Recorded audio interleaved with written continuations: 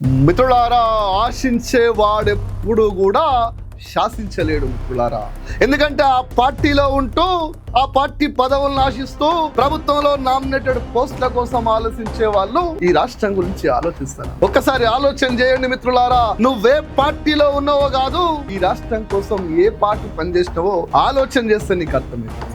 మిత్రులారా, 40 సంవత్సరాలు సుదీర్ఘంగా కాంగ్రెస్ జెండా మోసినటువంటి జీవన్ రెడ్డి మాటలు వినైనా సోయి తెచ్చుకోండి. ఇలా అధికారం పార్టీలో ఉన్నటువంటి కూటమి ప్రభుత్వం, అది కాంగ్రెస్ ప్రభుత్వం కాదు, కూటమి ప్రభుత్వము నడిపిస్తున్న చంద్రబాబు నాయుడు, పవన్ కళ్యాణ్, జన సమితి, ఇట్లా ఎల్లిగాళ్ళు మల్లిగాళ్ళు అందరూ కలిసి తెలంగాణ ద్రోహులై ఒక్కటై కూటమిగా తెచ్చుకున్న పార్టీ కాబట్టి ఆ కూటమి పార్టీలో పదవుల కోసం ఆశించాలి. ఆ పార్టీ 40 సంవత్సరాలు కాంగ్రెస్ పార్టీ నాకు అవకాశం ఇచ్చింది. ఆ కాంగ్రెస్ పార్టీ ఇలా కమాండ్ తప్పిందన్న బాధతోటి నేను బయటకు పోతున్నా.